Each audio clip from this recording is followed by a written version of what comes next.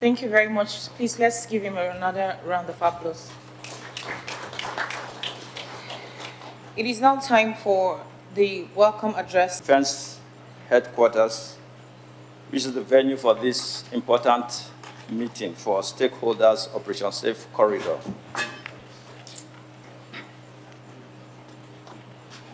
I appreciate your commitment and support always for the Operation Safe Corridor. In that wise, please permit me to specially recognize various state governments represented here, services, ministry departments and agencies, and Operation Safe Corridor implementation partners. I will especially recognize the Office of the National Security Advisor, Federal Ministry of Justice, Federal Ministry of Women Affairs and Social Development, Federal Ministry of Humanitarian Affairs and Disaster Management, also representatives of governments of Adamawa State, Akwa Ibom, Bauchi, Borno, Cross River, Edo State, also Gombe State, Jigawa State, Kaduna, Kano, Katsina, Kebbi, Kogi, Kwara State, as well as Nasarawa State. Others are Niger, Osun, Oyo, Plateau State, Sokoto, Taraba, Yobe, and Zamfara State. I also especially welcome the Nigerian Police Force represented, Department of State Services, National Intelligence Agency, the Nigerian Correction Services, Nigerian Security and Civil Defense Corps, Nigerian Immigration Service, National Orientation Services, National Orientation Agency, National Emergency Management Agency, the National Drug Law Enforcement Agency, National Directorate of Employment, the Northeast Development Commission, National Identity Management Commission, also Operation Safe Corridor implementation partners like UNICEF, IOM, and the CDD. I also welcome Operation Safe Corridor Advisory Committee members. It's my delight to have you here this morning. As we all know, Operation Safe Corridor is a multi-agency humanitarian scheme backed by extant provisions of the Constitution of the Federal Republic of Nigeria, as well as the international humanitarian and human rights laws. The operation consists of personnel drawn from 17 services, ministries, departments, and agencies. This unique composition presents a whole state and government approach towards tackling insurgency in the Northeast. In order to foster synergy and improve the capacity of personnel in tandem with global best practices, Operation Safe Corridor, in conjunction with its implementation partner, conducts regular training in the form of seminars, workshops, and strategic retreats. This perhaps explains why the activities of Operation Safe Corridor has continued to attract attention of local and international researchers in the field of de-radicalization, reintegration, and rehabilitation. Since the commencement of the program in 2016, Operation Safe Corridor has successfully processed 2,190 clients, comprising 2,163 Nigerians, 27 foreign nationals from Cameroon, Chad, and Niger. All the foreign clients were transferred to their respective national authorities for reintegration. Between July and November 2024, a total of 825 clients were transferred to the DDR camp to commence training. Amongst them are 14 foreigners from Burkina Faso, Cameroon, Chad, and Niger. It is also important to mention that 22 clients were subsequently transferred to the Federal Neuropsychiatric Hospital Maiduguri for further evaluation and management. Our purpose here this morning, therefore, in line with the directive of the Chief of Defense Staff, who is also the National Chairman of Operation Safe Corridor National Steering Committee, is to work out modalities for the smooth transfer of the clients presently in the camp to their national and state authorities for reintegration after graduation in March, tentatively, 2025. Specifically, at the end of this meeting, the following outcomes are expected as milestones. 1, all stakeholders would be fully abreast with the activities of Operation Safe Corridor and the radicalization, rehabilitation, and reintegration program in particular. The state authorities and ministry departments and agencies would know in specific terms the roles they would play in the transfer as well as the reintegration process of the clients.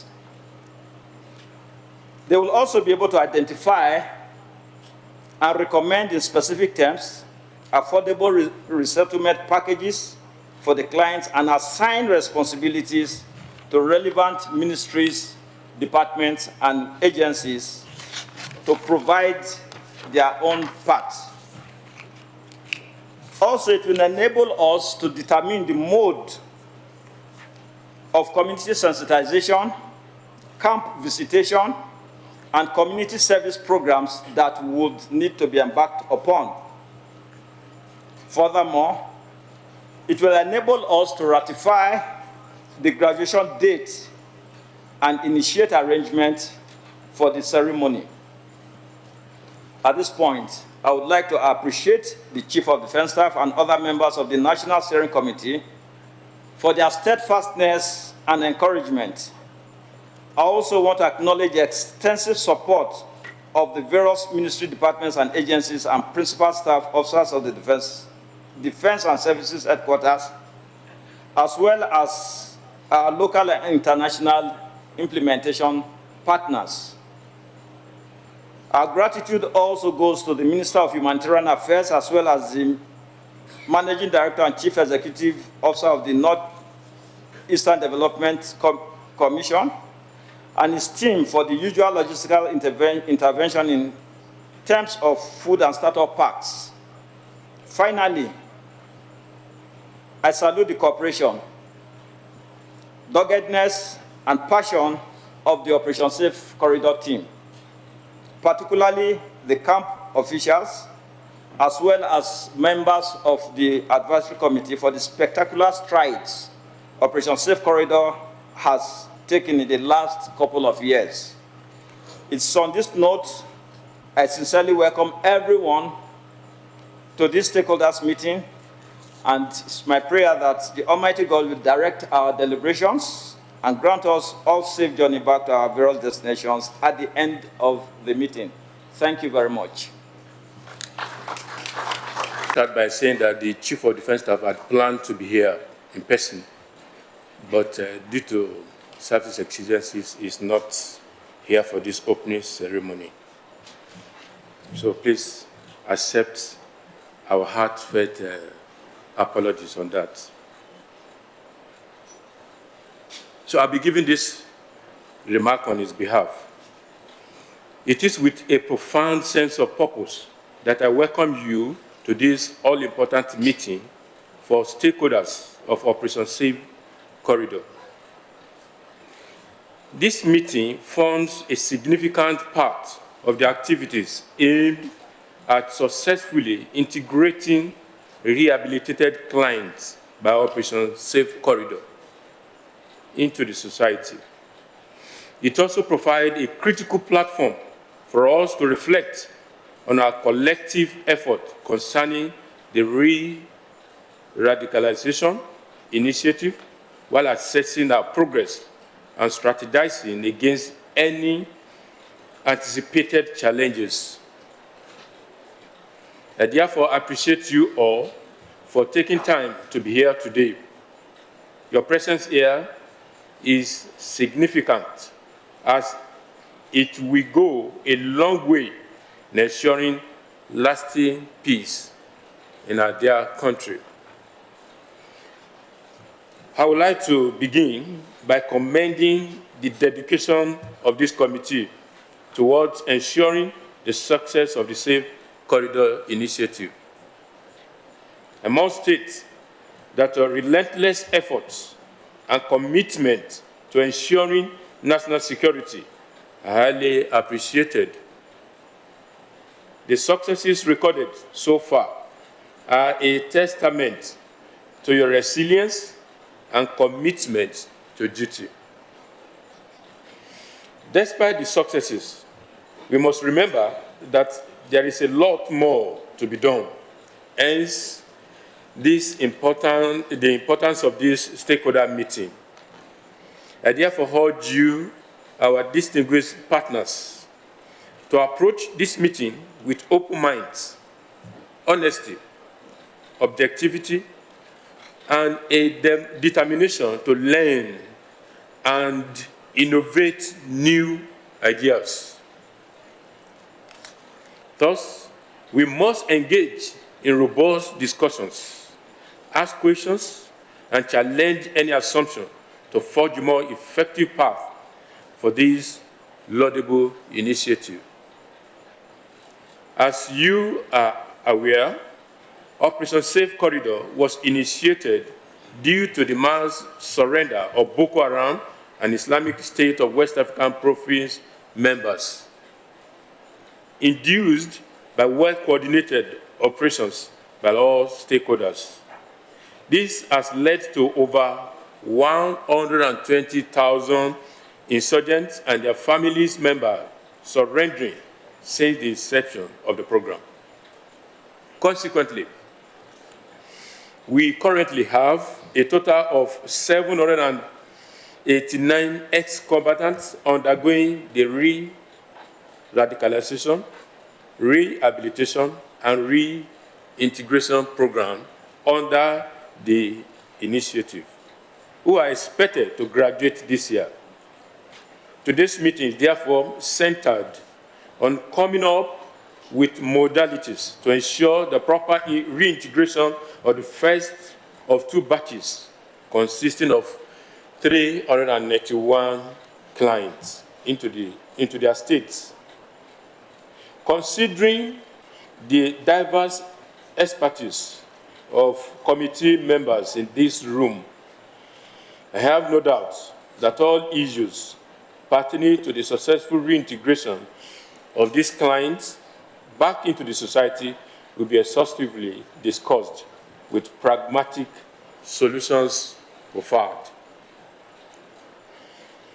It is also important to mention that upon graduation from this scheme, each client will be provided with some personal items as well as startup packs based on the trade acquired during their training.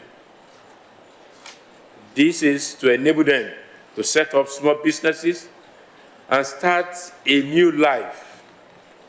Accordingly, I urge benefiting state governments to facilitate the seamless reintegration of the ex-combatants by providing additional support to ease the transition process.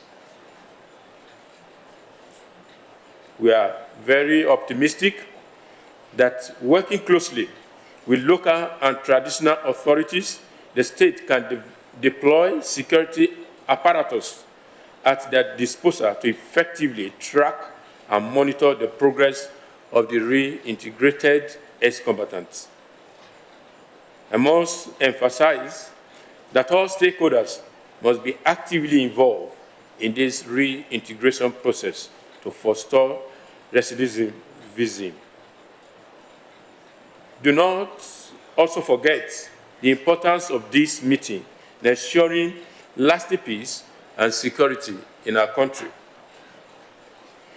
At this point, I want to express my profound gratitude to the President and Commander-in-Chief of the Armed Forces of Nigeria, His Excellency Bola Ahmed Tinubu, GCFR, for his sterling leadership and outstanding commitment and support to the armed forces and security agencies across the country.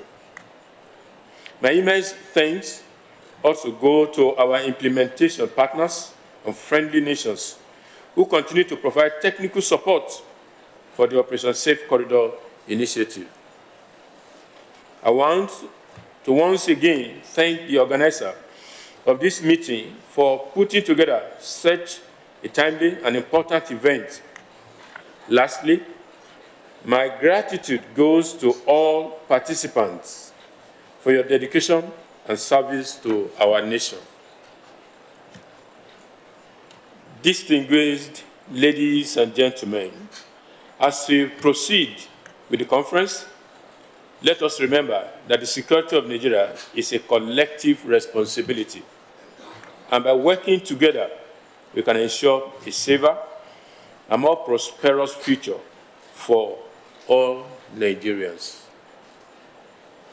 I wish you all fruitful deliberations. On this note, I hereby declare this meeting open. Thank you all, and God bless.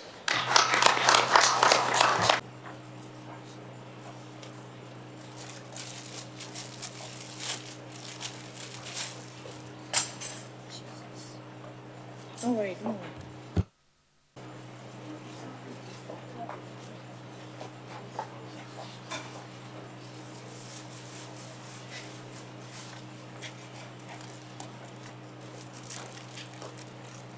Thank you very much, Lady State.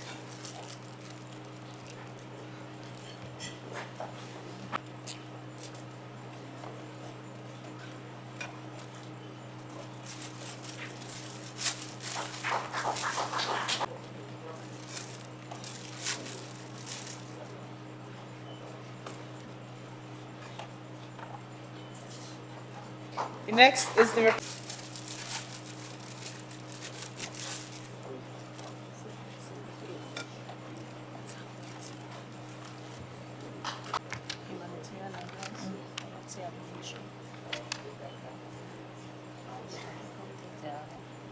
Hello.